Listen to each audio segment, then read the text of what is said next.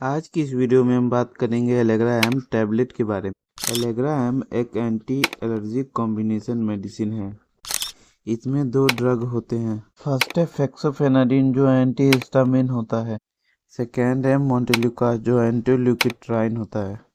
ये मिलकर allergic reaction और सूजन को कंट्रोल करता है।